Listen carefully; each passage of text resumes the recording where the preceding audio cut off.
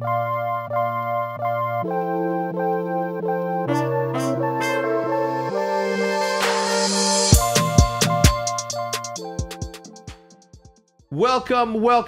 to episode number 174? 34 of the Eavesdrop Podcast, award-winning Eavesdrop Podcast. This episode is brought to you by Upstart, and I'll tell you a little bit more about them later on the podcast. I have my early bird boy gangs, these dudes, putting it on. I made a prediction to Matt. I made a prediction to my business partners. I made a prediction to everybody that I talk to about you guys when I'm showing your content. Next up in fashion, just period. Streetwear, and not just streetwear, but fashion. I'm telling you. Call it. I haven't been wrong ever. Okay? Look. We won't let you down. Yeah. No, I'm entertained. I describe you guys as like these born to be on TV characters. And then the triple connection just makes it it enhances it.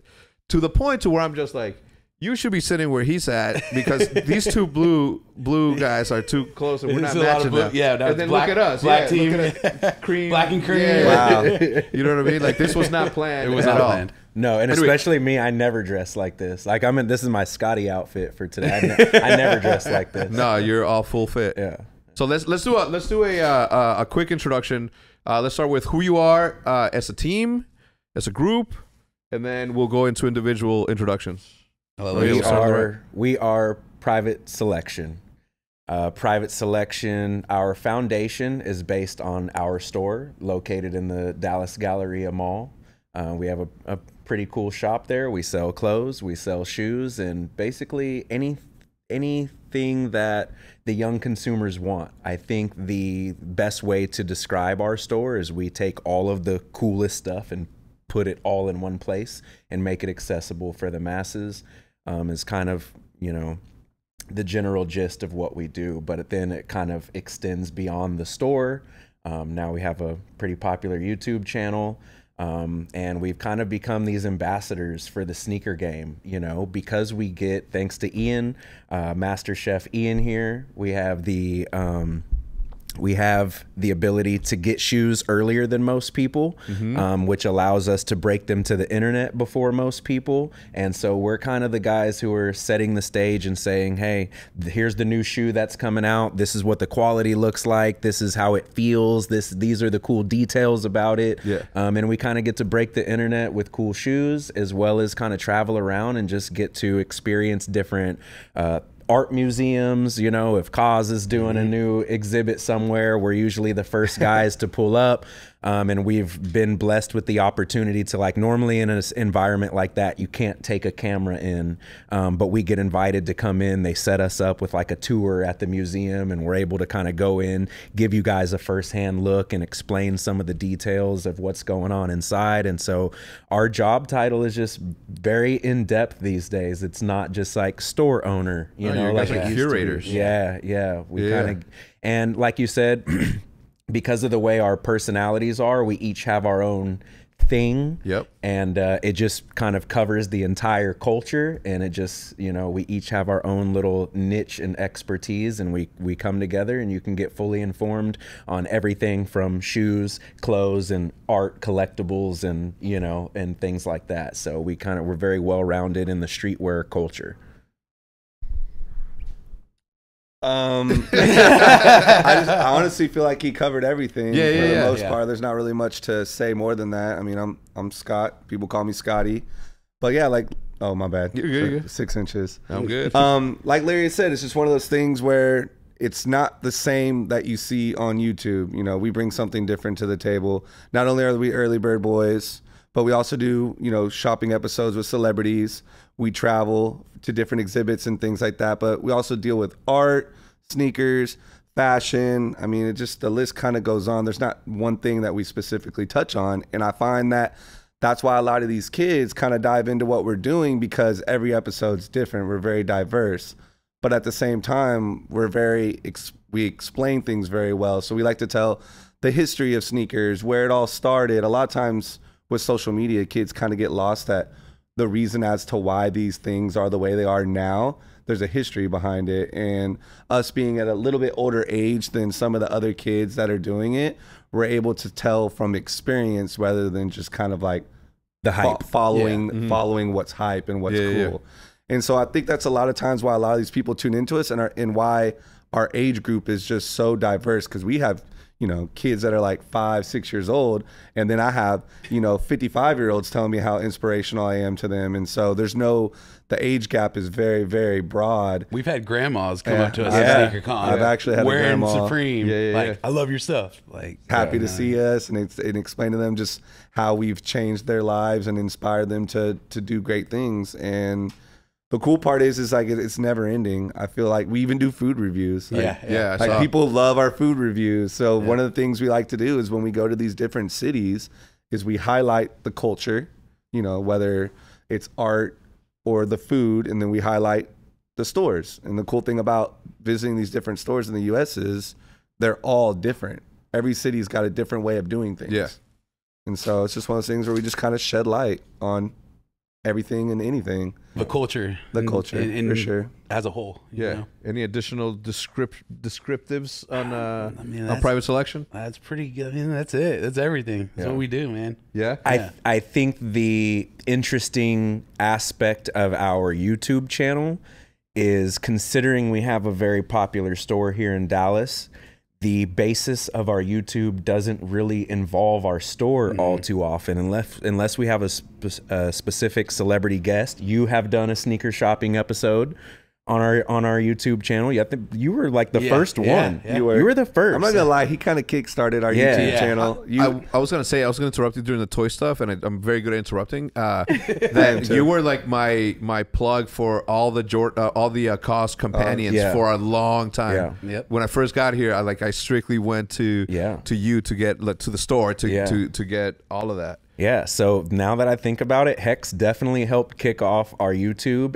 Matter of fact, we were just at SneakerCon LA, and we had a couple kids who were like, I found you guys through Hex. And it's funny just this last weekend. Yeah, it's funny because periodically people will comment like in one of the episodes like, love you guys' episodes. I've been here since the Hex days. Yep, exactly. I'm like, Hex days. That's OG. And that lets us know that like, okay, like, he's been riding for a minute. Because that was over a year ago at this point. It was well over a year ago.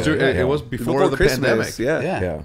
It was definitely before the pandemic. Yeah, 100%. Wow. Yeah. So the pandemic's been like, this is season 2 of that. Season 2 of pandemic. Season 2. So it's very interesting for our YouTube and our travels. We go to these different cities, and if we go to Boston, then I'm gonna highlight every major sneaker store in Boston. Yep. I'm gonna highlight all the coolest spots to eat. We're gonna highlight all of the sports games, the things to do, and so it kind of becomes this adventure. So when you watch one of our travel episodes, and then you're like, hey, I'm going there in a couple weeks. And then you have this map laid out of what you should do, what you should eat, and where to go while you're there. And I think that's a very unique aspect, because most people who are in this field with us for sneaker YouTube, the focus is their store and the things going on in their store. Us, we go out, we highlight what everybody else is doing, and it still blows my mind to this day that we've found a way to find success in that, in just highlighting other people's stores, you know, and what other people's businesses. Anthony Bourdains of sneakers. Yes, there it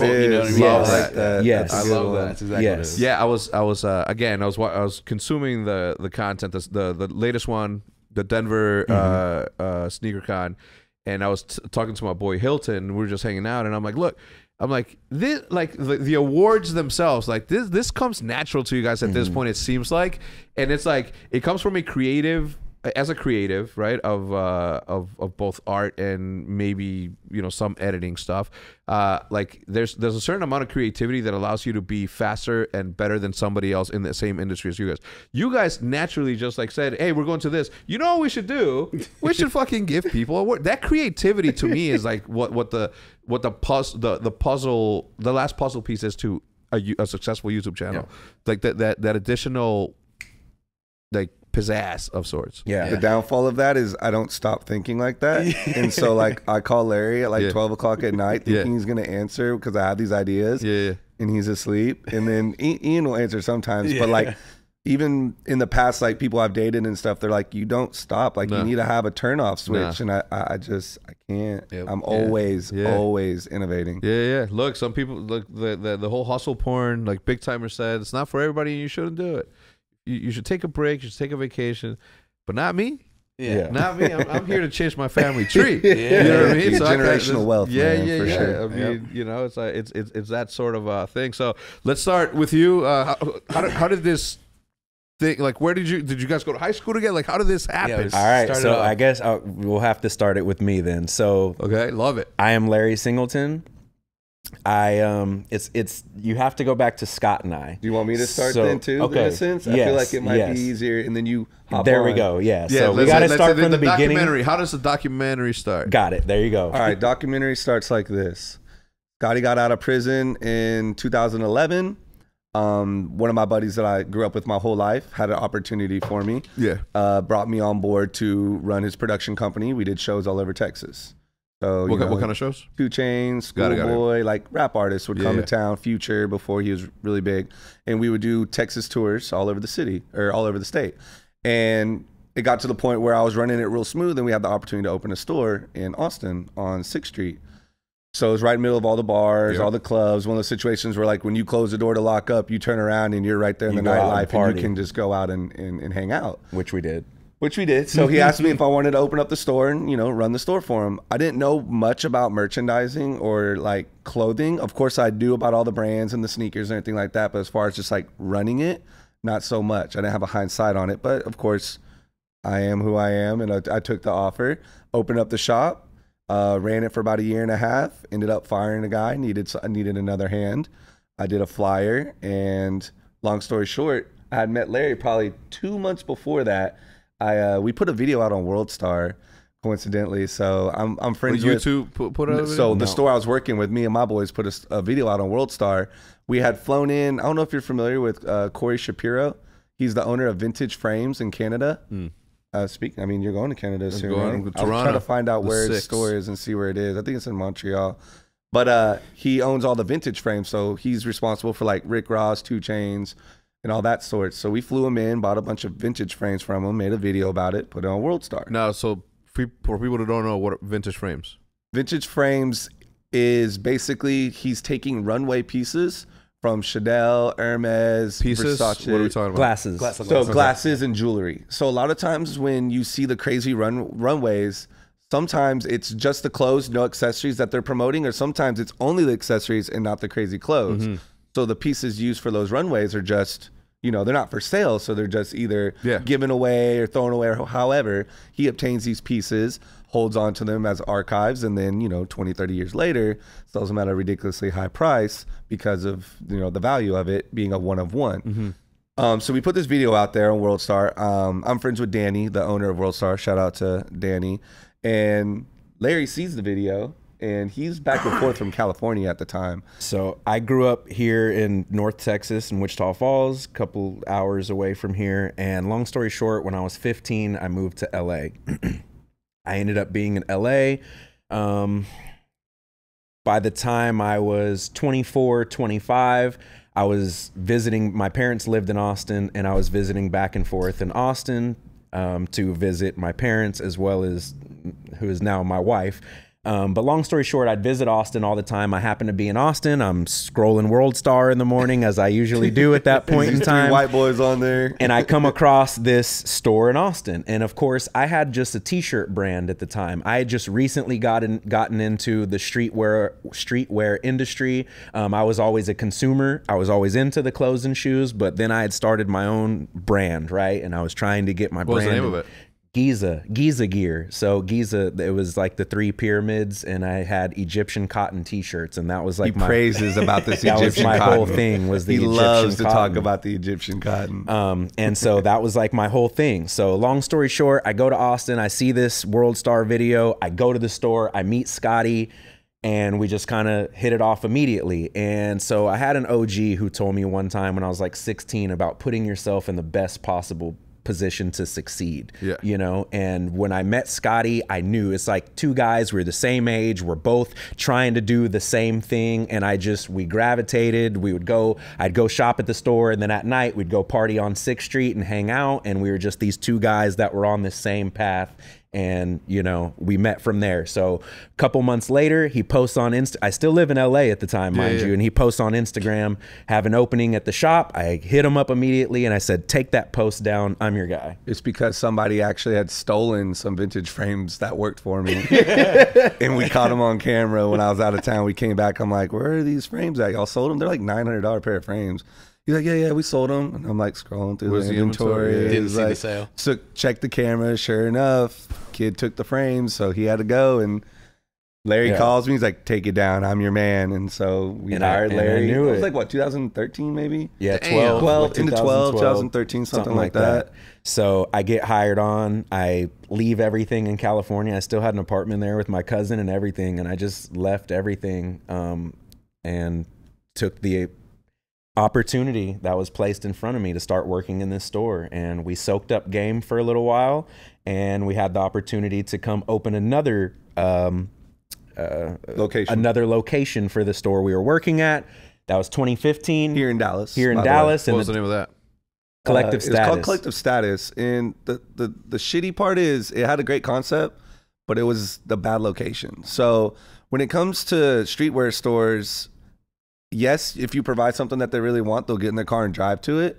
But a lot of times just being in a remote area where there's enough people that you're getting walk-ins that don't know who you are every day on top of the ones driving in is really what you want. This was more of just a brick and mortar, standalone destination spot. So we're in the design district. It was 5,000 square foot warehouse. We had a barber shop inside of it. So we had 8 chairs on the left when you walked in, tattoo parlor on the right when you walked in, pool table, sneaker room, jewelry room, boutique.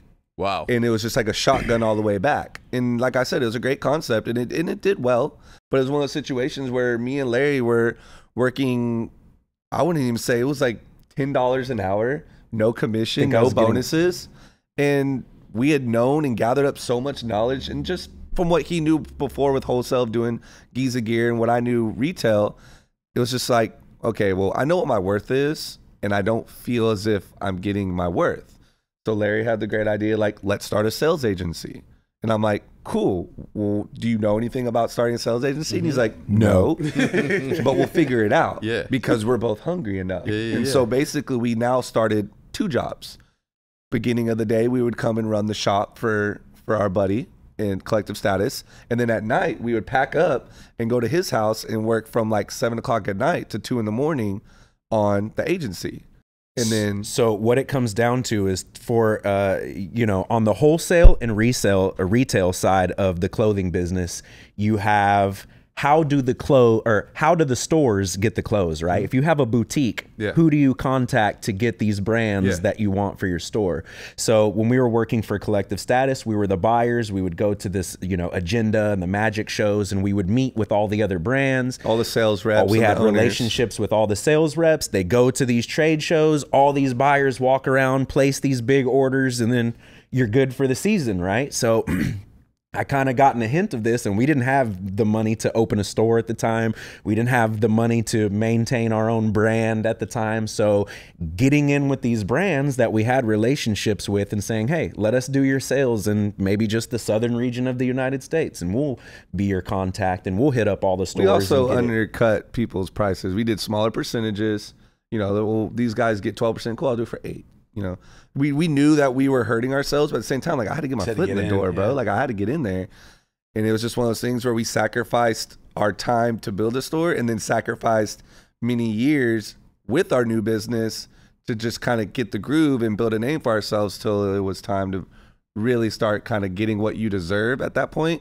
But it's just, I mean, I've always wanted to be my own boss. I've always wanted to work for myself, and I knew we were capable of it.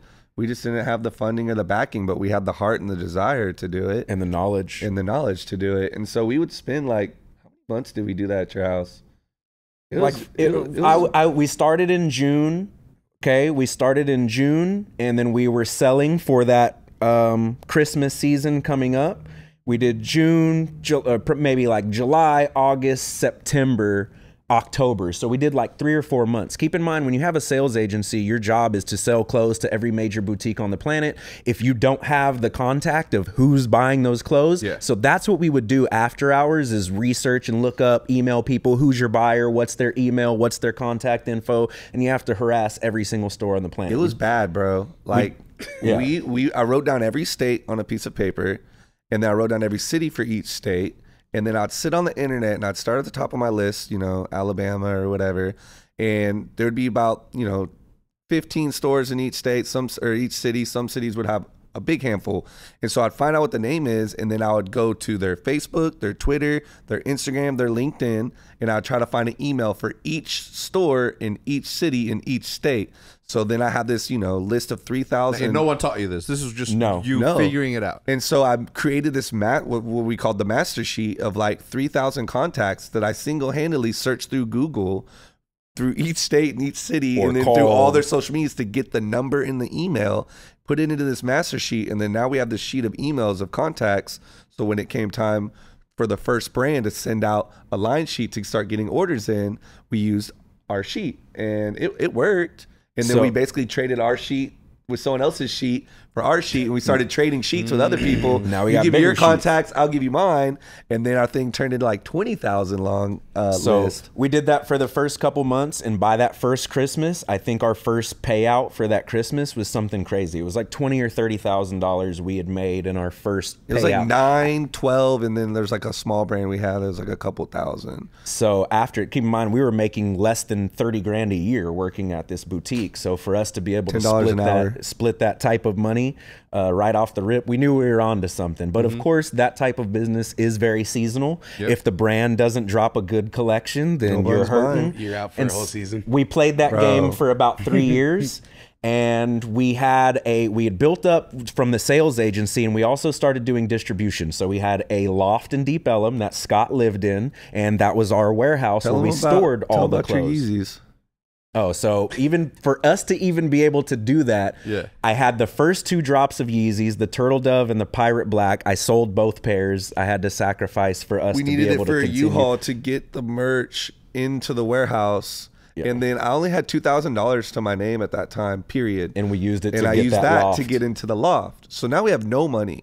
And we have no money and a bunch of fucking clothes and no internet. So I'm going to Starbucks every morning, and I'm like ordering a coffee and like slow sipping it. And I'm there for like 4 or 5 hours. Or I'd go to IHOP too sometimes and get like the breakfast sampler and just like pick at it. Smokehouse sausage combo. That's right. Is that what you get? Smokehouse sausage, best sausage, period. Oh no, I've been eating the breakfast sampler for like 25 years. From IHOP? Yeah, I had it last night. Smokehouse sausage combo. I had the breakfast sampler last night. Yeah, but did you order the side of smokehouse sausage? Is this like game changing? It is the fuck. There's no better breakfast sausage ever. You know that? Think about it.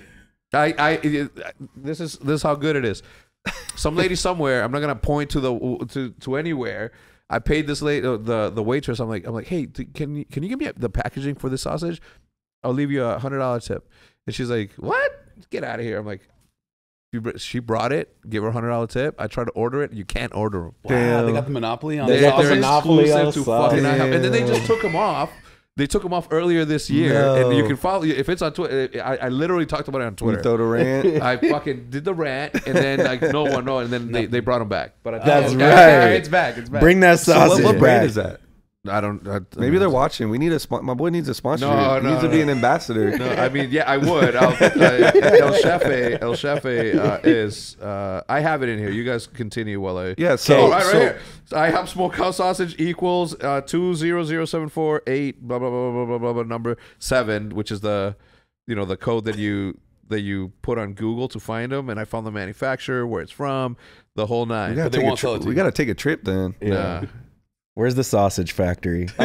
So yeah, I'd be at IHOP and Starbucks for hours using their internet and just being able to send these emails and interact with all these clients because I didn't have internet and I didn't have money to get internet. And I was eating off the McDonald's value menu because it's right down the street and it was the only thing I could afford at the time. I knew what the overall goal was. I knew I was capable of it. I knew Larry was capable of it. It was just matter of sacrificing, and it's sacrificing.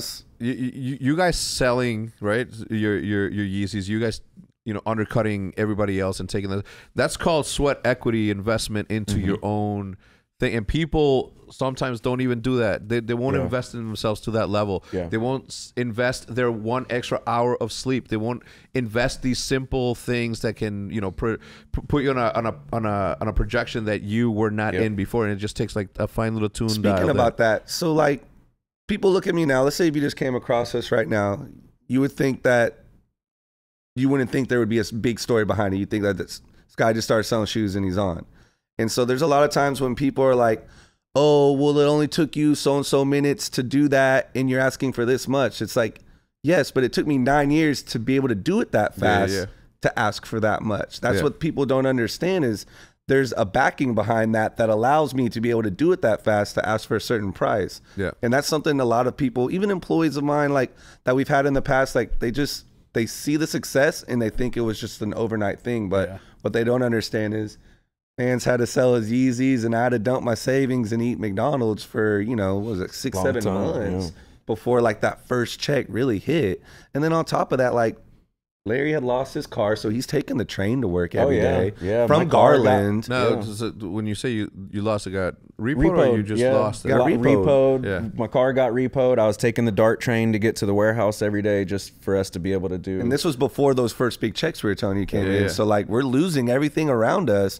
I'm calling my dad, asking him to pay for some of his bills and my bills. And, we call him Big T is my dad's name. He's a mentor, so he'll Big T. Shout out to Big T for real. Shout out to Big T. I wouldn't be here right now if it wasn't for Big T. I'm gonna tell you, literally. But like he was a mentor. He'd come every couple of months, come to the warehouse, and we would draw out on the board like these financial checkups on us, right? And then like goals and things that we wanted to do and whatnot, and there came to the point where we're losing everything around us. So we had to lean on to my dad, and my dad was over here supporting us along the way because he saw the drive. He knew we really wanted it. He believed in us, and we did the warehouse. We did the wholesale for what, 3 years? 3 years. A little over 3 years. Right. So then now we have this warehouse full of clothes. And I lived in the warehouse. And there was these guys that were doing these pop-ups in Dallas. They were doing these sneaker pop-ups, right? And it was Ian and another kid, and we got offered, hey, you guys have the clothes and we have the shoes. You guys want to bring some clothes to our pop-up? So we bring some clothes to this pop-up in West Village. Yeah, West Village. And we met Ian that day, not knowing what the future would hold. Yeah. But this was right before we got our store. But Ian was also on the back end though, because the guy who he worked with was like the face of what was going on. So do I pick up right here, or do I go back now? I think you give us a little bit of the retro, Ian, and then as it merges into this private selection road. Right. So my background is in engineering, right? So before sneakers, that's kind of where I started, right? Started in that field, was just a collector. Back in 2007, 8, 9, that's where I was just a collector buying the shoes, right? And then eventually I was like, it was actually a mall over in Denton, Golden Triangle Mall. I was like, if I go get 2 pairs of shoes, I can sell one of these shoes and potentially pay for my other pair of shoes. I was like, okay, there's something here. So I kept doing that. Around what time is this? This is 2000. How old are you? I'm 32, about to be 33. How old are you? 35. 35. All right. Yeah. So this is probably 2009. I've started flipping shoes. What was that first shoe you got? First shoe was Cavs Jordan 4. Nice. That's a good one. Cavs Jordan 4, I think, was the first one where I realized I could get more than one pair. Yeah. Because this pre-raffle? This is pre-raffle. That was just first come, first serve. Nice. Yeah, this is pre-raffle. Now, there was some stores where I would go in there. I think it was like 2013 Jordan 1 bread. I went in there and they were like, if you buy the hoodie, we'll let you get the shoe early. And I was like, well, how many hoodies can I get? And they were like, they were not expecting And he was like, I mean, whatever you want, man. So I think I got like 5 hoodies and got 5 pairs of Jordan 1s, flipped all those. So from there, I realized, okay, then I was like, well, how are people buying them online? I'm going online, I'm trying to buy them, and I can't. It's just selling out instantly. And then people were like, well, it's bots that are doing it. And I was like, what do you mean bots? Like, bots wasn't a thing like it is now, right? Like, and I was like, all right, well, let me look into this. So you were an early bird on the bots? I was an early bird on the bots. Early bots. And I got in just hours of research online. Hours of research, getting into different Discord groups, you know, just going on YouTube videos, researching how to make bots. I was already in the engineering field, so I was like, all right, I know some people. I know my way around scripting. I can figure out some stuff. And I figured out how to get in with this group of guys that were this is still early on. Almost every single person from that group of guys that I was in ended up being the biggest bot developers in the world. Till this day. Yeah. To this day. Right. We didn't know that. None of us knew that. We just all knew, hey, we can make some money doing this, and we love shoes. So we did that. Did a couple different bots that I was a part of, and we just started wrecking havoc on the internet. There's a website. I don't know how much of this I should say. But I'm not the one saying it. Yeah. But there's websites we would take thousands of pairs of every single drop. Thousands and thousands and thousands of pairs. No regular consumers would get the pairs. We would take everything. Now this is pre-bot protection days too. There's no such thing as bot protection. Now, I do wish I would have known this stuff like a couple years earlier, like when we still talk about it to this day, like when Red October shock dropped, and like Nike, all they would do is just tweet. They would just tweet out, hey, this is dropping, here's the link, right? Like, and I know back then there had to have been people that knew what we knew, like, that were just eating up that stock, right? But so yeah, we figured out how to make bots. Like, we ran the game for years, you know, I mean, to this day, right? Ran the game, taking pairs off of all these websites. And because of that, I had a huge inventory of shoes. Not only would we bought in the United States, we bought all around the world. So Scott always tells everybody, like, I stay up all night because you have to catch the time zones, right? As a release happens in the world, it all happens on the same date, but it usually starts at like 5 p.m. With your Asia time. You have Asia, then you go into Europe. It just keeps going all the way around till you get back to the next morning, which is a US drop. Right? Jesus. When I tell you he's up for days, I'm not exaggerating. Then he comes into the shop without sleeping. Now, and keep in mind, I was still working my corporate job. Yeah. So I'm literally waking up, going to work, coming home, and then just botting, like just figuring out everything I need to figure out, right? Yeah. And we end up, I have this huge stock. And the reason why I said about botting overseas, I would keep stuff in a warehouse in Europe. Mm-hmm. So I'd keep pairs in Europe. I'd keep pairs in different. Did you know somebody in Europe, or you just hired a service? So services. The trust to do something. But I did end up knowing. Where are you from, though, Ian? So originally, I was actually born in London. Oh. So I grew up in England until I was 8 years old. Moved over here. My dad is an engineer. Worked for Nokia back in the day when it was popping, and that's why we moved over here. From that, he ended up he went from Nokia to BlackBerry, and then I actually interned at BlackBerry like way back in the day, like fresh out of high school, pretty much. So we had all these shoes, and like I said, one of my old business partners knew these guys, and we're like, hey, you guys got the clothes, we got the shoes, let's go together, just do these pop-ups. We did the pop-up. I had all the shoes there, but because I was still working my job, I didn't really I was more, like Scott said, behind the scenes, just give the pairs, you handle this. I'm not just selling pairs at this pop-up. I'm selling pairs online, eBay, StockX. I'm selling pairs to stores in different countries. Like, I have pairs going everywhere because we just have so many. So I wasn't there as much, and we didn't really end up knowing each other, right? Until the store opened. I didn't even know you were that guy until you called me. Well, we'll get there. We'll get there. I guess we can go back to now the store opens, right? Yeah. So these guys are getting ready to do a pop-up. They have the shoes, we have the clothes, and this is just a couple months before we get into opening our store in the Galleria. But what you guys have to understand is the store we have right now was a struggle because for about 18 months we were trying to get a store. My dad believed that the store was the smartest thing for us because we had capitalized on retail prior, and now we know everything about wholesale. Both those is what makes up a boutique. Is the only thing is I never owned the boutique before. I just worked there. So we're trying all these different places. We're going everywhere. Deep Ellum, American Airlines, you know, talking to different venture capitalist companies, and we settle with one in Deep Ellum.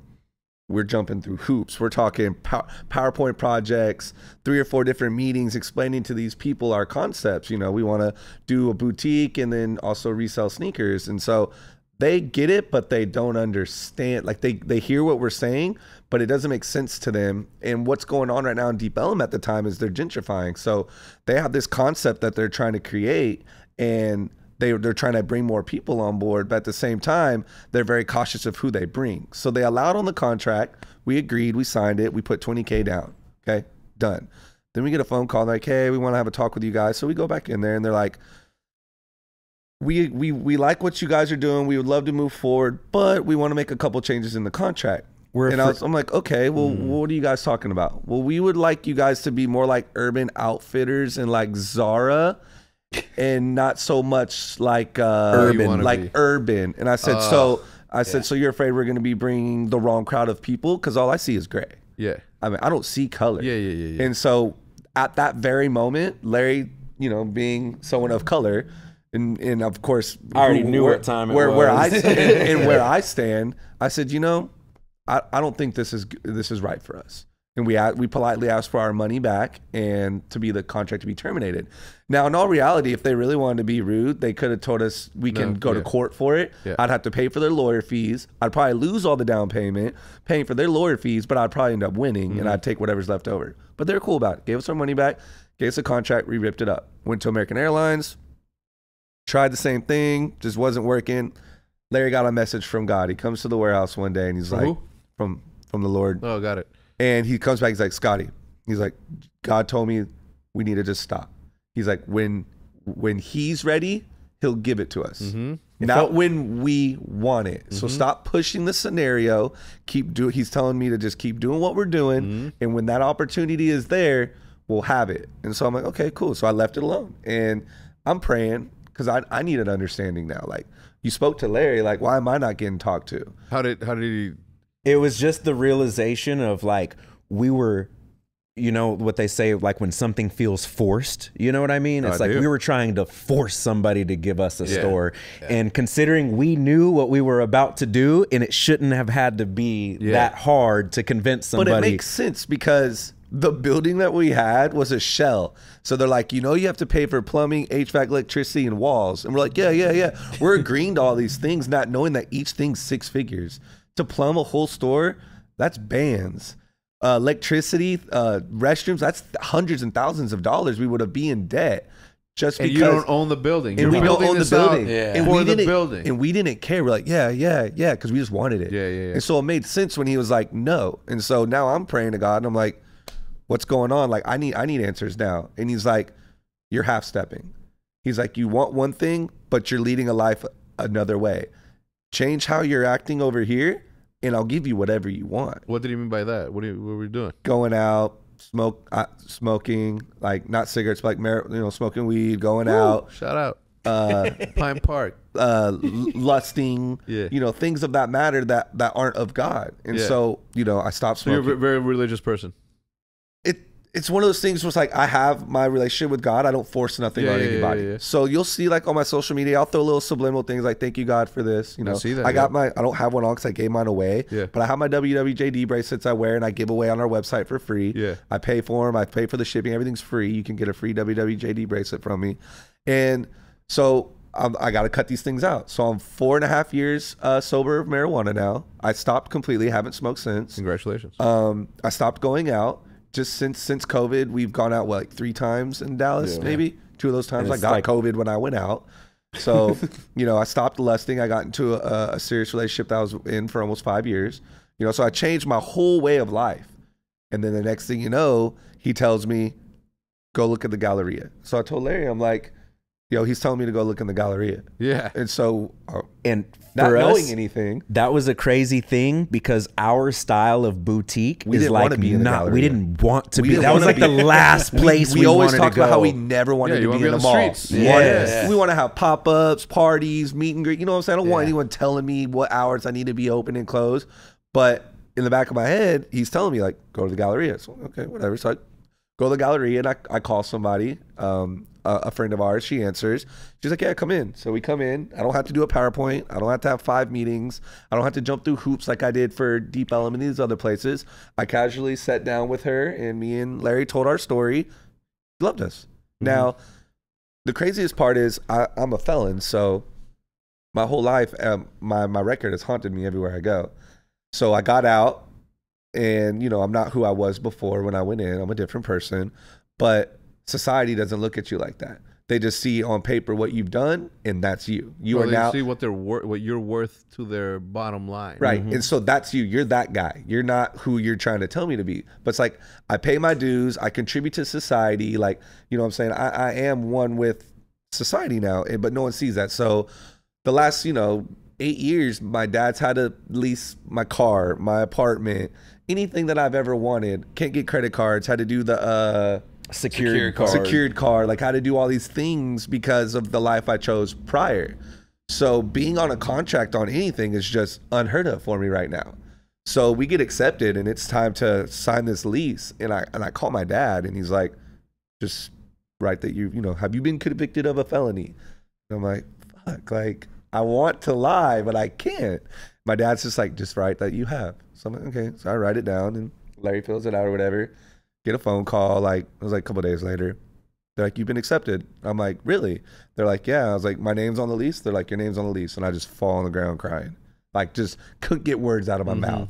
Just crying my eyes out. Cause I've never, ever been able to do anything. Like I've always been that guy that's just So you're no longer. a headache. And so now, we signed the lease and we have now this store that we're opening, and we had just met the pop-up, like in between all that, the pop-up's going on. So the pop-up happens as this is happening. while this is going on. Fuck. Yeah. That's And so- serendipitous. Right. it is. And so now we have this store, right? So we go into the store. The store has electricity, of course, it's in the mall, plumbing, but then it also has security cameras already installed. It has surround sound music already installed. It has a desk already installed. It has mounts for the TVs already installed. And I'm looking at Larry and I'm like, this is what God was talking about. Like, this is what he was saying. Like, chill, change how your habits, because Larry changed habits too about himself too to make this happen. Change your habits and I'll give you everything you wanted.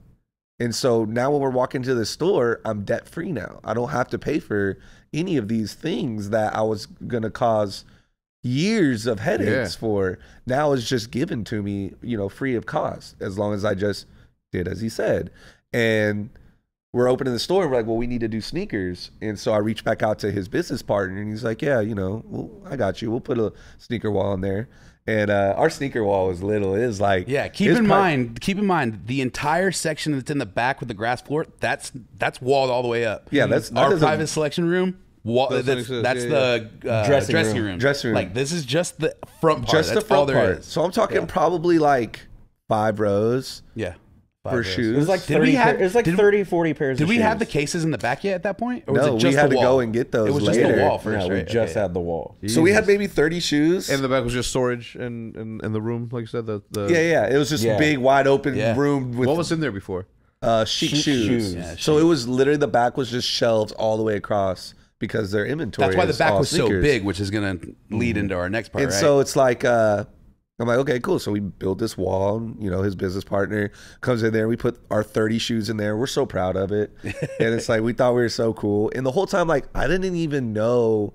I didn't even know Ian. Yeah. Like, I don't even recall meeting you at the pop-ups. Like, I remember you being there, but I Yeah. don't recall just like interacting with you. I always just talked. But I'm to also your business more. partner. I'm more of a quiet, reserved, like sit in the back and just observe type of guy. I'm not out Still? there. A little different. now. Once that No. camera comes And out, it's- no, and no, it's- you're now, not. little And different it's now. funny because we don't do business with people because we can't do business with other people. nobody thinks, acts, and moves the way we do. So anytime we've ever like attempted to do something with other people, it just never works. And we attempted to do it with this other guy. And it lasted like 30 days, maybe about 60 days. We had a couple months. We got through. We opened in October. We got through Christmas. Yeah. So about 3 months. And it's just, we weren't eye to eye, bumping heads, like petty things that you should never take that serious. Just that you should just let go and keep moving forward because you guys know where you're trying to get. Yeah. But it just never worked that way. And so we basically told him, like, we're never contractually contracted together. So I was just like, you gotta go, man. Like, you're a headache. I'm over here trying to do these things. You guys were just like, we'd rather not have shoes than deal with that headache. And so, and Ian's like, hey, but my shoes are being sold in this store, and I want to keep selling shoes. Like, don't let him ruin it for my shoes. So I get a phone call, and I don't even remember. Again, I still don't remember either. I don't remember. I'm just, like, did I just call you or texted or something? He called me. I want to say I talked to you. Is that what it was? Because then I went back to Scott and was like, okay, because however it worked, I was in my warehouse and I'm on the phone with Ian now, and he's explaining to me like, look, I'm the guy behind the shoes. And I'm like, what do you mean? He's like, all those shoes were mine. Like you know how like you have Ben Baller and then you have If & Co. If & Co is the guys who actually make all the jewelry. Ben Baller's like the face. That's kind of how it was. Ian was If & Co. He had all the product and made it. The other guy was just a face doing on the front line, handling all the busy work. Now, keep in mind, I met him through SneakerCon. I actually had a booth at SneakerCon, and he had the booth next to me. And then he ended up hitting me up and was like, hey, maybe he realized he knew my story of how I bought it. Actually, the story that how he met me was I pulled up to that SneakerCon with like 300 something pairs of zebras. And that was like unheard of back then. And I was next to him. Still unheard of. Yeah. It's still unheard of. I mean, like, when I bought the zebras for $700, and then 6 months later, they're like fucking $300. Yeah, this is when the re-release. This is when the zebras were $350 period till this day. Well, when they first came out, they were $2,000. Yeah, remember that video that guy traded like all those crazy shoes? Then they dropped to like $700. The time where I took all these zebras up there is when they were like $700, and these guys, bulk buyers, were walking around before, and they came and they bought almost every single pair I had at that booth before SneakerCon even opened. And he saw it happen. He was sitting next to me. He's like, "What do you do, bro?" Yeah. And then he kind of talked, and I was like, "Well, maybe I could," and it was just kind of like, hey, I'll give you pairs, you sell them for me, and then I just needed as many outlets as I could get to sell at all stuff. times. Exactly. So that's how I had met him. And even when the store happened, he was like, hey, they're opening the store in the Galleria. They're the guys that we put into our pop-up. Do you want to just put some shoes in there and we can just run it? So I also didn't know what kind of agreement. He obviously had some kind of agreement where he was probably making more money. He was putting a lot more on top of what you were asking. He was making more money through at the, from between him and them versus what I was just like, I just need my money, whatever, just run it. Just give me my stuff, right? So that's kind of the relationship we had there. It wasn't like, hey, this is my business partner. This is just an outlet for me. That's kind of where the problem was, though, because Ian would give him the shoe, and he would add his money on top and then give us a shoe, and then we'd add our money on top. And then by that point, the shoe's outrageously priced, and it didn't make any sense.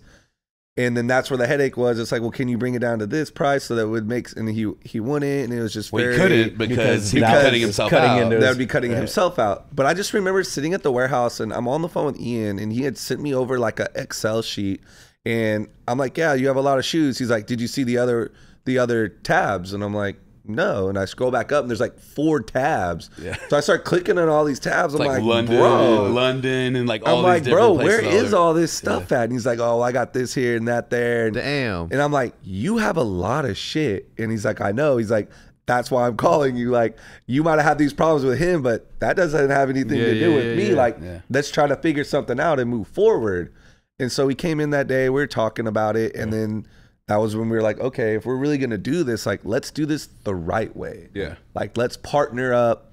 Let's invest. Let's really figure it out. I got the store. You got the shoes. Yep. Collectively, those 2 things is what you need on each side to make things actually really work. And we never came up with another name, right? I don't think so. It was always Private Selection, right? It was always Private Selection at that moment when we just like, hey, we need a name for this company we're going to start. Yeah, we weren't tossing anything around. Our old logo, we did have an old logo, and it was like a like Yeezy. Like, you know, when you go into like a restroom and it's like the little like employees only like Private logo on the sign. door With Braille on it. So ours said private selection with a Yeezy with Braille on it, and that was our first That's logo. dope. It was cool. We Why have it isn't in that that on a office. t-shirt? Well, because You know what I mean? we knew eventually that the Yeezy would it would become like an aged thing, right? But We not needed a only that, timeless logo. Yeezys were more popping at that Yeah. time than Jordan was. That's why we picked the Yeezy, yeah. was just killing it. And so we made the silhouette of Yeezy. I regret I would have loved it. It should have been an AJ1. But at that time, you go with what's working. Of course. And, you know, we signed the contract. We teamed up. And we just first started with that one shelf again. And the two pillars that we bought, they were just like the little silly IKEA pillars that holds like the circular ones that holds like maybe 3 shoes on each row. That's where our heat was. We That was thought we were the so the cool. heat was in there. We yeah. thought we were so cool. Were you? I mean, I felt like I was. And you were. Yeah. I mean, you know, perception is everything. All right, I want to take a quick commercial break. I want to say hi to the sponsor, and then I want to get back and for the second half as to, you know, the store launching, and then where, like, how many iterations of it has there been, and then obviously to get here. So give us a second. We'll be right back. Give me a second while I say hello to the sponsors really quickly. This sponsor is a sponsor that's been around for a very long time. One of my favorite ones because it actually helps people get ahead, and it is Upstart. We've all been there, right? Like, we all have credit card debt. We've been there where we have 3 to 4, all different interest rate, and there is no end in sight of getting out of the cycle of the forever ending interest payments. So what Upstart does is that it allows you to sort of consolidate all of these different credit card debt or debt in general and make it into one monthly payment with one fixed rate for your whole debt, right? Upstart powered personal loans can help you pay down high interest debt, as I just mentioned, all online with simple and easy to understand payment terms. Upstart has already helped over 1.8 million people see their path to financial freedom. Whether it's paying off credit cards, consolidating high interest debt, or funding personal expenses, Upstart can help you get one fixed monthly payment. You can check your rate in minutes for loans between $1,000 and $50,000 without impacting your credit score. And why is that? Because they look at more than just your credit score. You're more than just your credit score. They look at your employment history. They look at your employment. They look at just more than just your credit score. And Upstart knows that that it's easier for them to consider different models and other factors that go into your loan application, whether it's your income, employment, and other information that you provide at the time of you applying, right? Anyway, you guys have heard me talk about them before. It has helped a bunch of people. As I mentioned at the beginning of the podcast, it's working so well for a lot of the people that watch this that they are going to extend the partnership with us. So thank you to them. Don't wait and check your rate today at upstart.com/EAVESDROP. That's upstart.com/eavesdrop, upstart.com/eavesdrop. And the loan amounts will be determined based on your credit, income, and other certain information provided in your loan application. If you go to upstart.com/eavesdrop, and I'll put the link in the description down below to make it super easy for you, and do as other viewers have done on this podcast and get ahead. I can't stress enough how happy I am that this is actually helping people, and more importantly that you guys are actually benefiting from this, because it's obvious that they are happy with the Eavesdrop podcast, and we of course are happy with them because it helps out the green wall. So thank you to them. I appreciate them stepping up and continuing to promote this very helpful tool. Back to the podcast with my boys. Now again, the link in the description for upstart.com/eavesdrop will be there. Super easy to do. Just go in there, check it out. Hopefully it can help you get to financial freedom. We were offline. We were sort of talking about, sponsors have tried to sponsor the podcast or your vlogs and your SneakerCon stuff. And we were talking about how I do it. And I say I never allow there's collaborative effort between our partners. They're not even sponsors. They're our partners because we choose them the way that they choose us. You know what I mean? So they're not paying us to do something.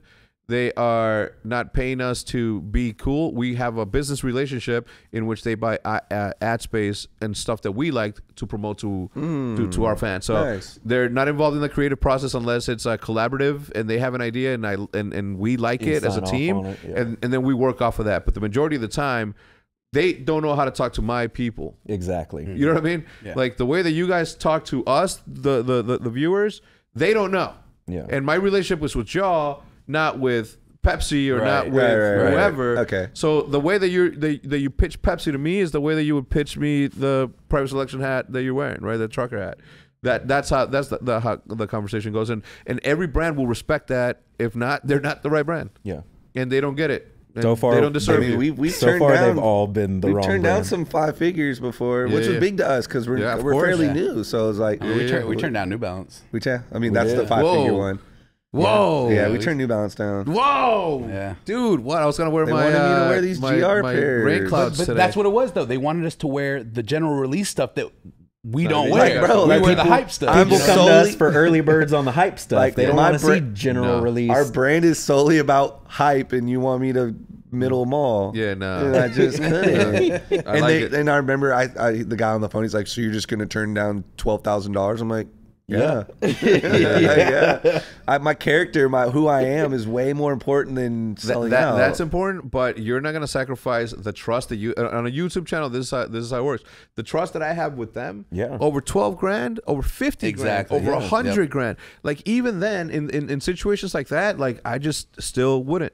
I just, our jerseys would look like a NASCAR jersey, Yeah. and I'll do it if it's all the right brands that we Right. believe in. Genuinely like, Yeah, but just like that, it's just like it's not worth the trust. I've been on this thing this thing I call YouTube for 13, 14 years. Yeah. Yeah. I'm not gonna turn my back on my Yeah, for what? yeah. You know what I Yeah, mean? for Like what? I'd rather eat shit for a week. Would you know you what I'm saying? would you guys have a Bush's Baked Beans sponsorship on your optic jerseys? See, I was gonna say on Hector, yes, because that's what I use, right? Bush's pinto beans when my mom doesn't cook, and Jude, my wife, doesn't do the beans from I'm Mexican, right? Yeah. So obviously, so my mom makes them from scratch, best ever. But we at home, my wife and I make them out of the Bush's beans. So yeah, I would.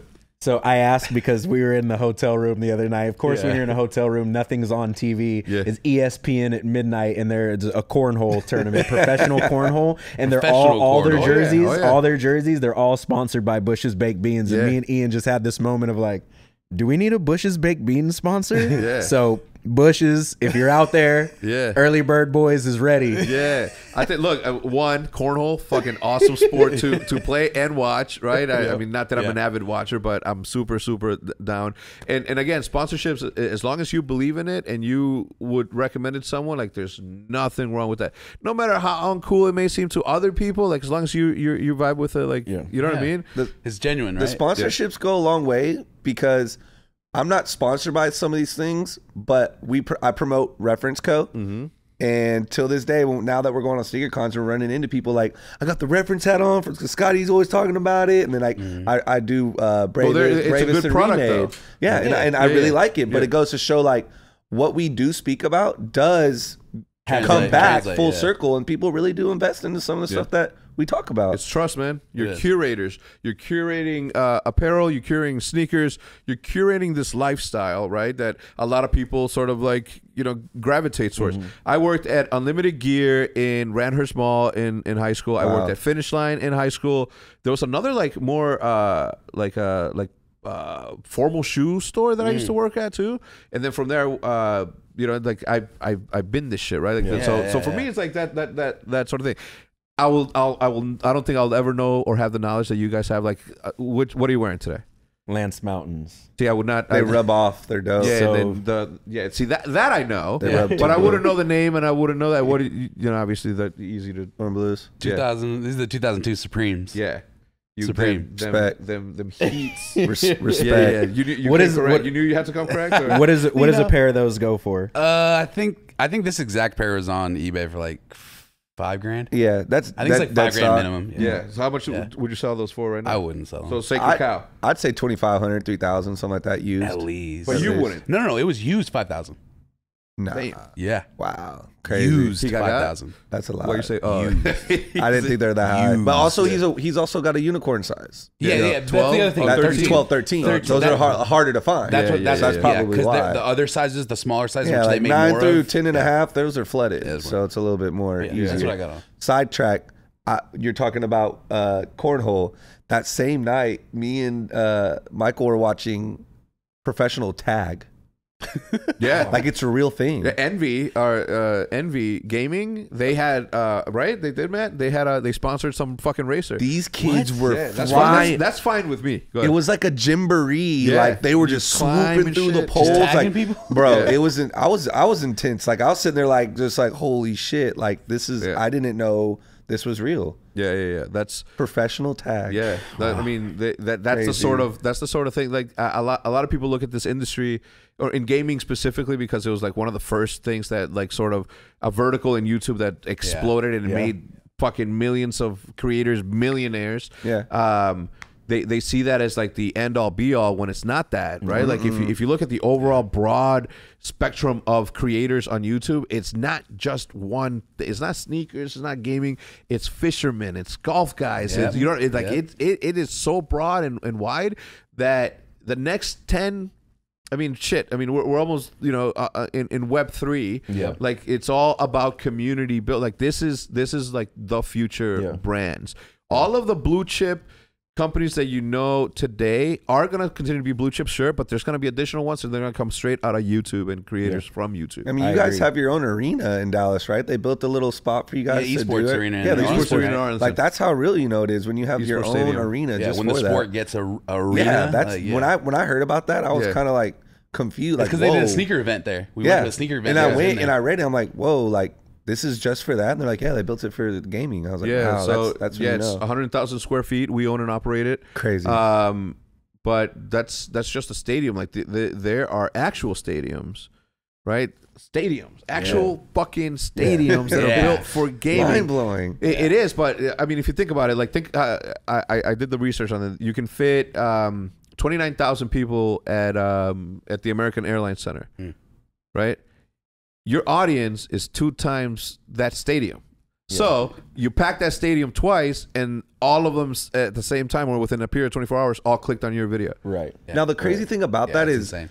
backtrack to like 2000 through 2003 when I played Counter-Strike and I was in Cal League. We would have to pack up our whole PC and we would go to the bottom floor of the Hilton in Austin, and you would set up. They'd have like sections, and it'd be like a big LAN party, but it's just you would have your whole team plugged in and everything, and everyone would just In be Austin? down. Yeah, everyone In would the just be convention center? yeah, and everyone just What's it called, Matt?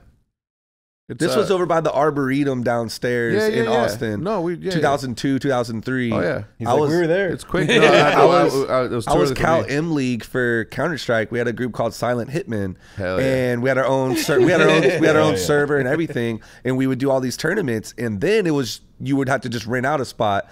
So now fast forward 20 years later, it's like now they're building spots for that, and it's just like from me being there at the beginning when it was like carrying your own Super shit in early, there to now that it's mind blowing to me. Yeah. And the checks that they went on that, Dude, the crazy. checks. I love it. I think it's cool as hell. I'm gonna look it up here, but I think it's what did Dota? What was the last international? 40 something million. Look it up real first quick. place? For first place. What? No, $46 million pool. Oh, pool. Okay. Okay, I was But like, still. whoa. 46. Still. How many people did that split between? First place gets like I think like 12 mil That's insane. divided amongst Sign me up. 6 people and a coach. I feel like and- that's like boxing money. It is. And the coach. See, there was no coaches back in the day. We would just train in our server Yeah. all day. I mean, the figuring out coaches like techniques. started to become like there's always sort of coaches, and I don't. Maybe like in the last 3 years has become a little bit more prominent in Call of Duty specifically. I mean, Counter Strike has always had analysts, coach. Like we have a for Call of Duty, we have a coach, an assistant coach that's also an analyst, and then obviously the players are their own analysts. So it's wild. When we came here and did our episode here in your facility, that was kind of one of the things that I went into on our episode because I was blown away. He was like, That was Halo I'm the coach. too, I think, right? Yeah, it was they were Halo. playing Halo. Yeah, Yeah. you guys had explained it to me, so I was watching it, and it was just like so because he could see all of you, so Yeah, he knows wa- like and what. I just thought that was mind blowing. Yeah. I thought that was so incredible. yeah, that's they are fighting in a metaverse. 18 million. 18 million. So let's many say people on a team? on 6 on average. On average, the org will probably take like I'm gonna do it broad. Yeah. They would be between 20 and 40%. Some take to Okay. 50. I mean, it depends on the relationship that you yeah, have, right? yeah, And how exactly. if you're paying somebody a fucking shit ton of money, then you are in exchange gonna get something. In case they win, you get some of your investment back. So Now, How many times a year are those things being played? Once a year, but there are other tournaments in between. Tournaments, yeah, look, everybody watching this already knows all about video games, so let's move on. I'll yeah, educate you yeah, guys later. We're here Yep. to talk streetwear, fashion, all that. So where I was going with where the fuck was I going? I think we were talking about. Well, I was talking about the display cases Yes. we had just got. Yeah. So we got these display cases, and we thought we were the shit. And like you said, we were the shit at the time. And it was one of those situations where it's like, how do we go bigger? Yeah. And so, again, this goes back to Scotty's brains always. Like, these guys will tell you, I come up with these ideas on how to make the store bigger all the time. Nonstop. And so that was the idea. I was like, knock this wall down, push it all the way back, open up another, 500 square feet probably, or something like that. And this is why I said it was going to connect back later, that the store used to be a chic store because they had so much storage room in the back. We were able to utilize it for wall space. So we knocked this wall down. And the crazy part about our store is that me and Larry, Big T, and Eddie, who is my manager at the store right now, built the store entirely with our two hands. No contractor, no builder, no designer, nothing. We used our own money and our own skills. Big T would drive down here, teach us how to do a bunch of things. Then he Bring would us leave. a couple tools. Yeah. Then he'd leave, then he'd come back like a week later, progress, like, okay, where are we at? That looks good. Might want to fix this. And then teach us how to do the next And you're thing. operational during all this? Like there's So we were part in closed our for- dust? We had 3 months to build out before we opened. No, This 2 is months, this is 2 months. this- 2 months. Now this is before we built that back room. Right, This so is we had- the initial opening. We had Got it. 2 months to build the store out. Big T gave me $40,000. And he's like, that's for the store and the clothes to go in it. And I'm like, that's not going to work. And he's like, that's all you get. Cool. Built the store out with $22,000 all by hand. And then we had like 12,000 or 22. So we had like $18,000 left to buy clothes. Now keep in mind, nowadays I spend $24,000 on one brand on one order. I had to spend $18,000 for all the brands and all the orders and spread it across the store to make it look full. So we opened it up with just $18,000 worth of clothes. Ian comes on Yeah, I board. brought my We shoes. brought the we get rid of the other guy. Ian comes on. We put the shoes in there. And now we're like, how do we make this bigger? Knock the wall down, expand it all the way through. We stayed overnight that night, right? We stayed over we that? did it all in one night. all I think? knocked the wall Yeah. down in one And you night. guys were, I followed along. Yeah. Yeah, 'Cause you so- guys were a story, IG Yeah, story, IG. the whole thing. So we built the store. We built everything on the other side of the wall prior to knocking the wall down. So Yeah. we prepped Now, imagine if you would have had the camera guy that you have now. Oh, you would yeah, have documented bro. all that. Like, don't you want that? Bro, oh, yeah. I Like, have- this is, do you? I have I just talked to him the other day. I You don't have have- to text. He's already putting it in a Google Drive for me. Yeah, He he has sent it to me. videos. He was coming in. My buddy Charles. Yeah. Shout out to Charles. He was coming in and filming us like every couple of days. He'd come in just to see. So he has a lot of old footage of me and Larry just like daydreaming out loud on the It's camera. pretty incredible Good. Like stuff. we were talking about how we can't wait to get chains, like the no limit days, and here we are with chains, Yeah. like the no limit days, and giving them to all the people on our team. So it's really crazy. Like, you can, I mean, you see Damn. the store is Like like, your no sleeves aren't even- no yeah. tattoos, no jewelry. Anything I was wearing was fake. I mean, the Cartiers were fake. Scott showed us the the other chains day were when we were in fake. Denver, he My just watch pulled it was up. fake. Like it's one of those scenarios. Like you just fake it till you make it. Exactly. Yeah. And so we're like, how do we scale this bigger? And we're like, all right, cool. Let's invest. There's nothing wrong with being who you are going to become. correct. Right. For sure. And so Nothing wrong there with was it. 2 big drops coming out. We had the Obsidians. Obsidians, and what was the orange shoe? Mono. No, it's not. That's the new one. What was it called Clay. back then? It was the clays. Was it just Yeah, clay? the clay 350s. The Yeah. their clay 350s and the obsidians were coming out. So we all came together and we invested $7,000 each. Yeah. And we said, this is the initial investment. We're never gonna pay ourselves until we reach a goal. Our goal was like 2 million in inventory. Yeah. I believe. Once we hit 2 million in inventory, let's start payroll. Mm-hmm. So we ran with that and reinvested everything for like 16 months. We or took something. all that. We each put what 777 in, Yeah. and that's what we used to fund my bot to get all those To get all the clays, shoes. So to we- get that first push. So you got like 50 obsidians, and then we got over 100 clays, Yeah, I believe. yeah. And then How many does that get? 21 grand, right? How much does that get? 21 grand. I mean, Divide that by I think average. it was. There were 2 separate drops. There was Correct. obsidian and because clay. we They were did, we separated. really did 5 a piece or 5,500. Then we a added piece, more, and right? Then we added Yeah, more we for had the to add other it came out shoe, to about another couple 7 grand. each. And now something like that. he was working for Blue Apron. Yeah, I was still working. I wasn't at the store. I was so working. He was living off of that paycheck. Blue Apron? Yeah, that's what he did. Yeah, for, I ended up working. That for was Apron. the company he ended up doing for how long? Like 10 years or something like that? No, it was 6. Okay. Did Blue Apron ever sponsor the podcast?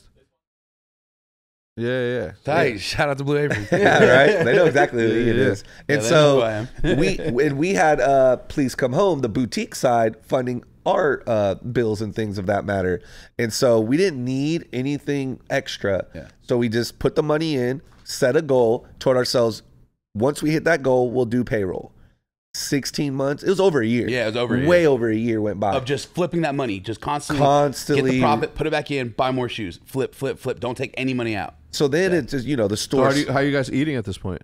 Well, we were getting, Scott and I were getting paid from the boutique side, not the shoe side. Got it. Clothing side. And then he was making his I was money from making Blue Blue Apron. Apron, yeah. So we were just getting a very minimal paycheck from the store. Even our bills, we calculated like our rent and car and then added like 500 on top. And that was our bill. Because we still needed all the money we could have to keep growing that store. Because I only had 18K worth of clothes and I had all these clothes I wanted to buy, but no money. Yeah. So we had to sacrifice. Sacrificing is a big deal with me. That's what I like to preach is sacrificing.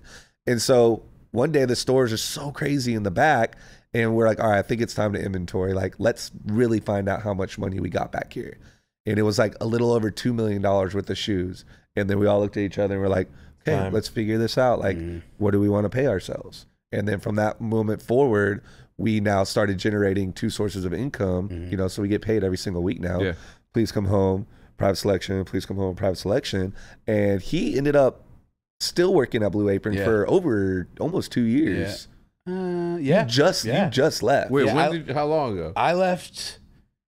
Okay, so He couldn't leave in a sense. I couldn't leave because I literally have had the email address ian@blueapron.com. Like I was the second person to work in that department from the ground up, You right? get founder's equity or anything like that? I did get a couple. You had things. stocks too, Yeah. right? I had a bunch You of had stuff. stocks, everything. Yeah. So like I couldn't really leave because I knew the most and they were like, all right, can you please at least stay and work one day a week? And we'll keep your health insurance. We'll keep your health That insurance. was one of the main That was problems. really important. Yeah, I was like, sure, whatever. So I did that for like Ever. Yeah. that was Literally like- ever. He that was like a literally year. just It was left. like a year of doing that.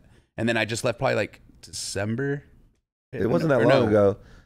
January? I don't know. It was around there. Yeah. A couple. Yeah, it just wasn't in that the long last ago. couple months, he finally. I was And like, so basically, long story short, we took $40,000 and turned it into a multi-million-dollar business within, less than 3 years. So a little quick throw in. So we were set to open the store on October 1st, right? And so we had these 2 months free to build out. We spent every single dollar that we had to build out preparing for this launch. But then when we opened October 1st, we had to pay rent, which mall rent is no joke. and we had no money to pay no rent. And we had no money, so we opened like a day 2 early days. or 2 days early. We opened on like September 28th or something like that. It was a Saturday. We had a huge grand opening party. We made rent in one day, and we never looked back.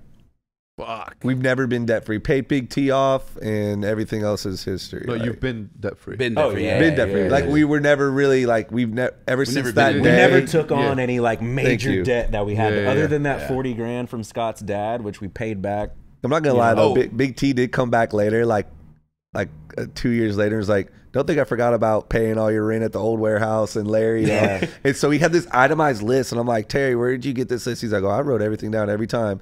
So we ended up owing an additional like 23,000 or grand or something. something. At some point in there, we did remember my dad did give us some And then money your dad- for the shoe part. He did give us like what 50,000? 50 grand. 50 grand at some point, but we paid it back like fast. And then I 3 months is Yeah. what we did. We did Yeah. a 3-month deal. And then I 50 grand. loaned- I But his loaned, dad like- just wanted to inject some capital, and Yeah. we were like, cool. Yeah, And we're like, I loaned like 20 one time, and then we did a little flip and made it right yeah, back. yeah. But I mean, we've never So really. One of those things is like, for instance, like when we opened up that store in Dallas the first boutique, we're the first people to bring shoe resale to Dallas. There was no one doing it yet. Once we opened, shortly after, Pound for Pound opened. Were you ever familiar with Pound No. for Pound? Yeah, it was a over there in Mockingbird Mockingbird Station. But Not we were anymore.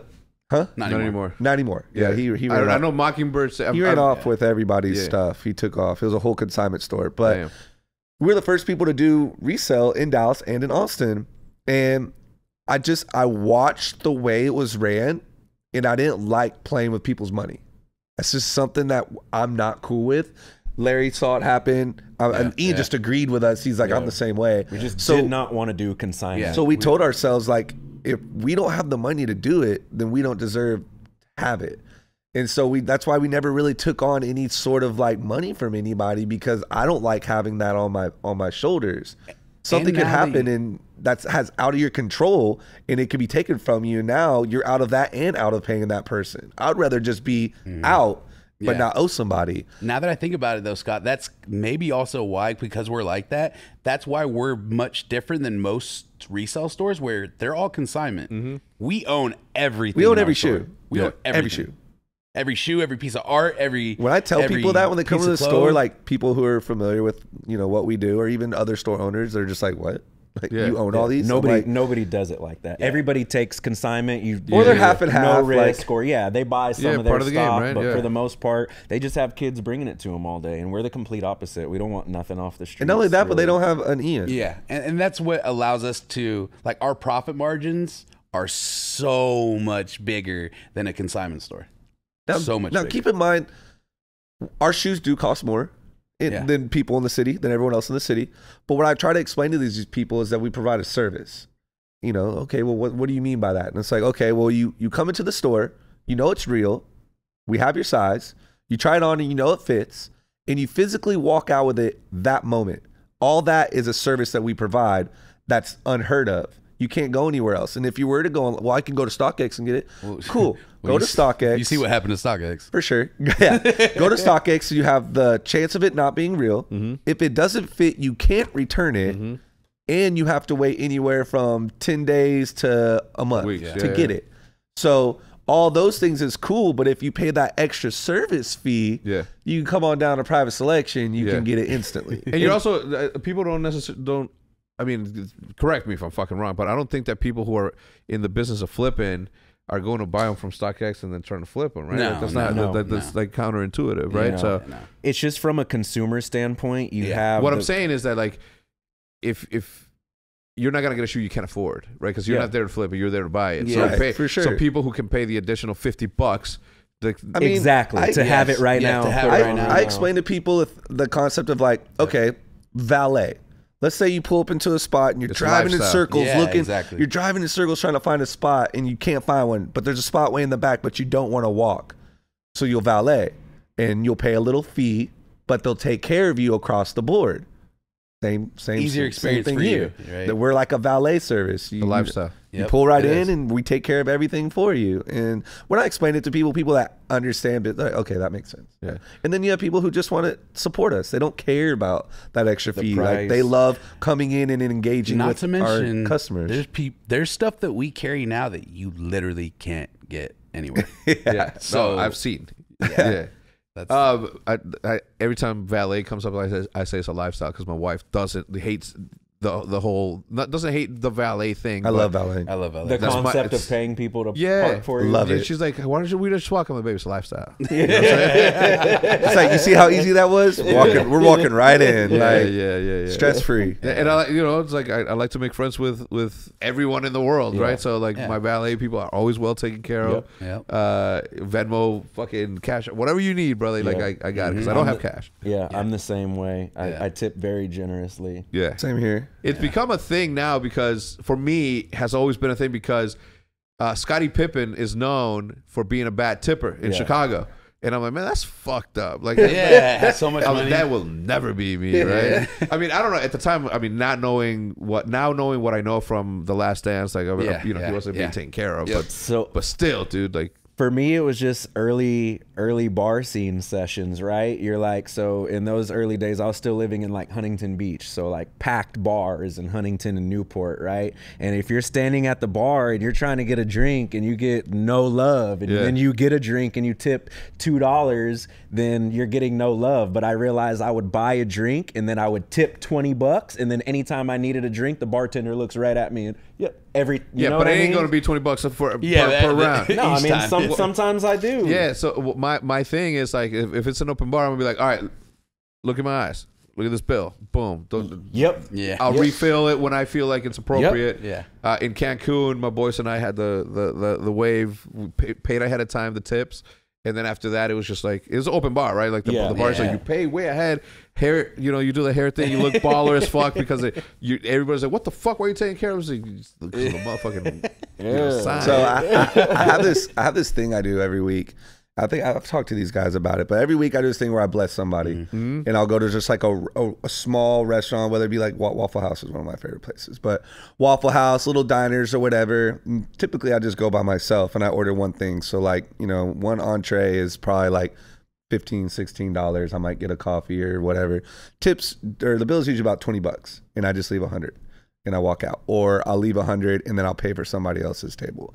And it's just something that I do that I just feel in my heart. It comes back to you, man. That just to just take care of people. Yeah. Because you never know what situation that person might be going through. And a lot of times, some of those people who work those jobs, it's not what they're passionate about. So they don't typically want to be there. Yeah. So it's just something small like that can go a long way. Yeah. I agree. I'm the same way.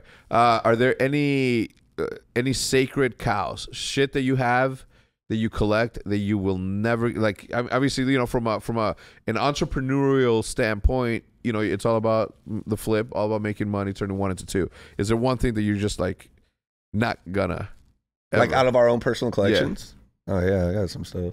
I got What about you? lots of stuff. I mean, I guess everything that you have in your own personal collection is just like No, it's not everything, because Scott was just talking about how he wanted to get rid of some of the shoes. So when we were this is my concept. When you know, people will come to my house or whoever, and they're like, why do you have this? Why are you buying that? And I try to explain to them that I don't go out to the club, so I'm never just blowing money. Yeah. Everything has to appreciate in value with me. So my toys, they appreciate. My artwork prints, they appreciate. My classic Mustang I'm building is going to appreciate.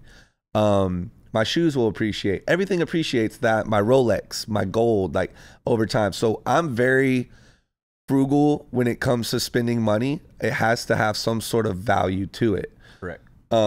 I don't like it when I see people just throwing money around. I don't like strip clubs. I don't like any of that kind of stuff. It just doesn't make sense to me.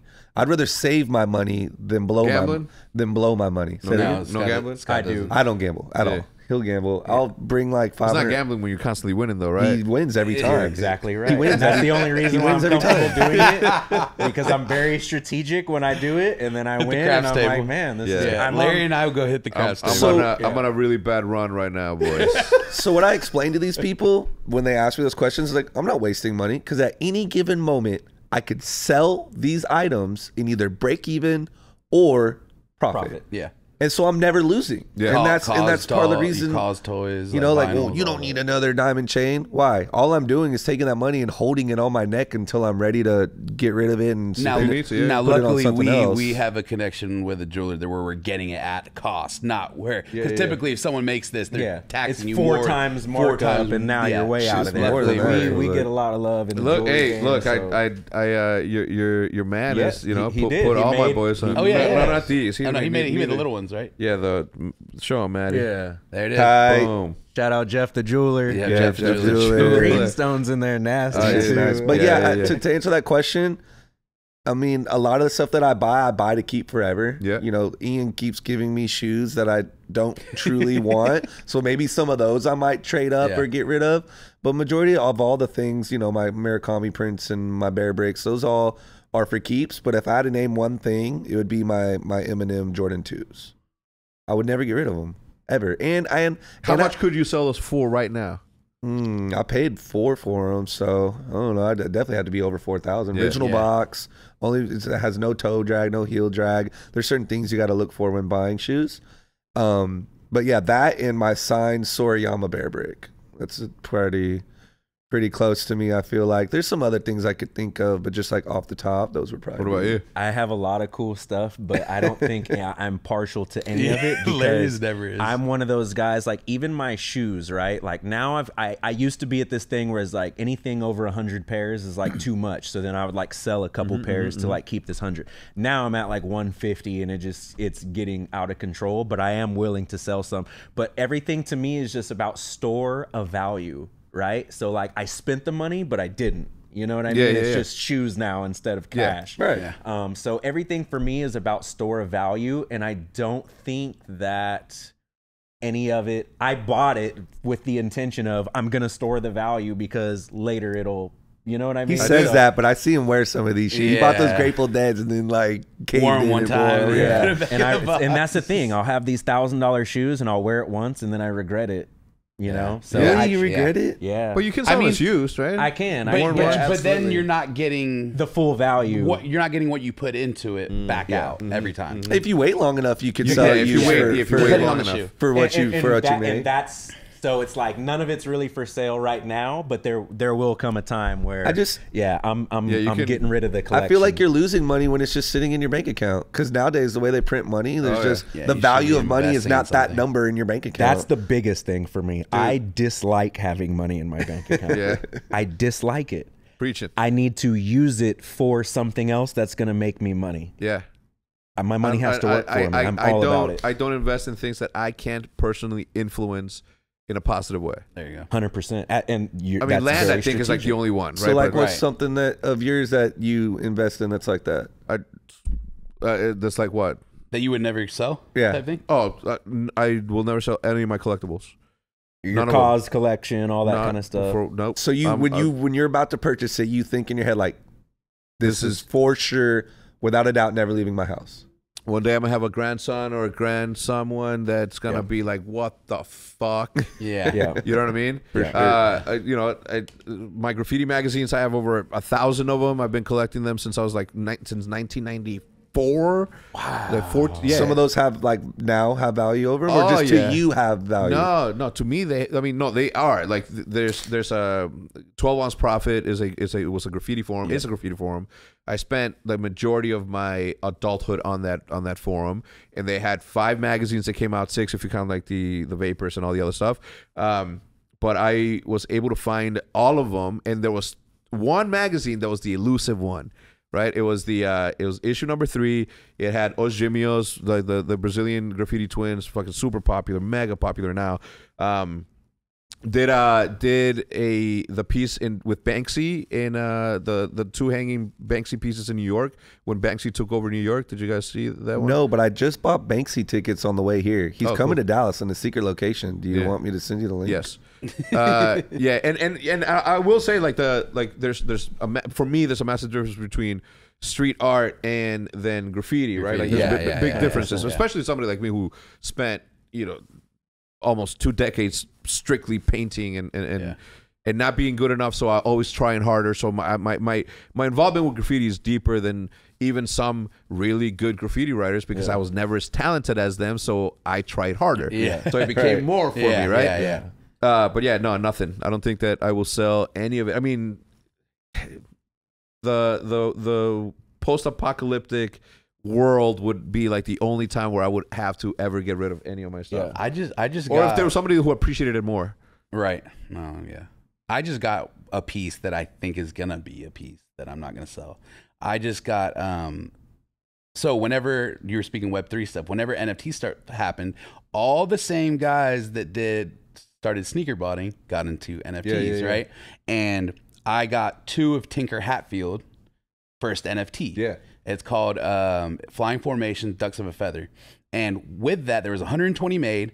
Each one was a different size. And then he was going to produce a University of Oregon Air Max 1 signed by Tinker Hatfield with the actual NFT logos cut into different ducks onto the tongue. This shoe's crazy. I just got it last week. You got the actual shoe? Got the actual shoe. I have one of Have you posted it? Yeah. You got to redeem the NFT for the physical. I sold one. So the NFTs I think they were like 3 ETH whenever it was like, so it'd be like 13,000 per. I sold the other one for like 20,000 and then I kept this one. Yeah. It's one of 2 size 13s in the world. And I redeemed it, and the other 13 hasn't been redeemed. The only person I've seen post that is Mayor. He's the only person I know that has one. Yeah, the dude gets rid of all of them, and now he's like building it back up. Like I appreciate. Apparently, he lost weight and your shoe shrink, or your feet shrink. Is that true? I don't fucking. I've never lost weight. I still have it. Ian, you've lost 100 pounds and your feet changed? No, not at all. Like I feel like that's a bone. It's your bone structure. I think that was just a way for him to sell his. There's full no meat collection around your feet, bro. Listen, my feet, because I'm 42. Apparently, the top top of my foot can't go into Yeezys no more. Really? If I wear Yeezy, no, I mean they'll go in. But if I wear Yeezys, call it 2 days in a row, I will have. It's not gout, but it will be like a gout-like flare-up where really? I just like my feet. It's always been like that? No, it just started like in the last. Have you gained 5 weight? years? No, I've been the same. I don't understand. It's the weirdest thing, but so like I just stopped wearing Yeezys on a regular basis. Just even just period. Since the last Yeezy pair that I like was the Beluga. We don't wear Actually, Yeezys. We hold don't on, wear beyond Yeezys. that, no more. I have something to this. Okay.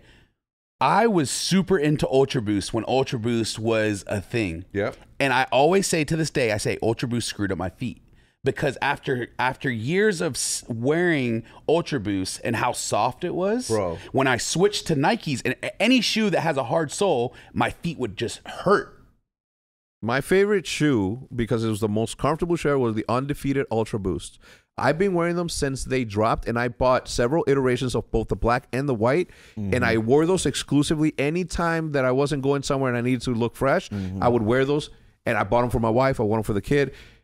But I think that they may have been it's just why. 'cause it's such a comfortable shoe. So good, yeah. That maybe it did mess with our feet.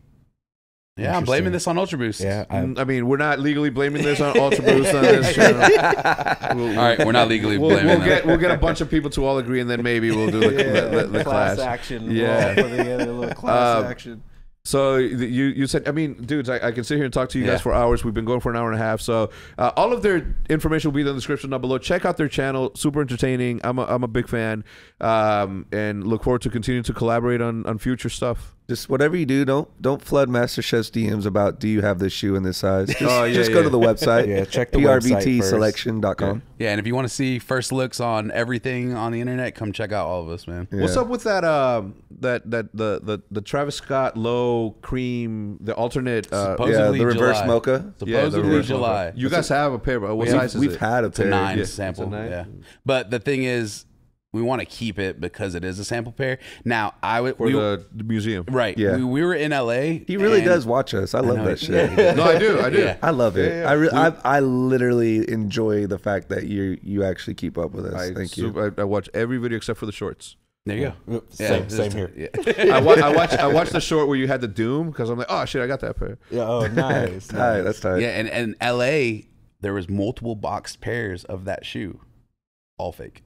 Of the Doom? No, of the reverse Travis mocha, Scott. yeah. They're all they're so Bro. if you see one with a box, it's These most fakes likely are getting fake. so good that you have to check the box now. Yeah. Like the box sometimes tells it away because Yeah, the shoe's because too the good. shoe's so good that I couldn't Yeah, tell. it's bad. Damn. It sucks. Getting bad out here. Yeah. All right, boys. Well, any closing comments? I mean, we could just kind of promote it. I mean, for those Yeah, of y'all. please do. Yeah. PRVTselection.com. Yeah. Nah, really, I think you guys have to go to the YouTube. Yeah. Type in PRVT, press enter, and then subscribe to us first. Private That's your selection. first order of business. And I think that the YouTube is a good intro into everything that we do. Yeah. It's hard for you to just go to the Instagram Yeah. and get a you good can, idea. You of can what we relate do somewhere from on the that. YouTube with something sure, you there's so enjoy many as things. far as interest. You're gonna find a liking with our YouTube channel as well. So, I mean, I think that's the way to go. And then from YouTube, you can kind of trickle into all of the other facets of the things. We didn't even dive into our classic cars. Yeah, There's so much. Yeah, that we see, do, that's so- the other thing, right? Because you have the culture that I've been a part of for so long is layered, right? Yeah. Right. It's not just sneakers that you're. It's not just sneakers. It's the pants, the fashion. Yep. But then on top of that, like all of the ancillary sort of like hip hop antics that Yes. happened throughout that made you become a collector of things, right? That some people collected baseball cards. I collected graffiti magazines. From there, I started to literally collect everything that was optic. Yeah. Because I'm like, this is gonna be something that people are gonna want in the future. And sure enough, like patience is the virtue that you need to have and train yourself to be okay with holding on to stuff. If you're in the if you financially can do it. yeah, I mean, of that's- course. that's Yeah, another no, thing is- aside flip it, get rid of it. Let's keep it rolling. But yeah, thank you guys for coming on. Hopefully this Thank won't be you. the last Thanks time. for having I us. appreciate man. it. Yeah, if you guys enjoyed it, again, check out their channel. All the information, all of their Instagram, everything will be in the description down below. If Maddie remembers, if not, you guys can point at Maddie back there. You better remember. Come on, Manny. Maddie knows we'll- us well enough. Yeah, by yeah, now. yeah. So we'll see you guys later. Thank you so Awesome. much. Thank you so much. Thank man. you.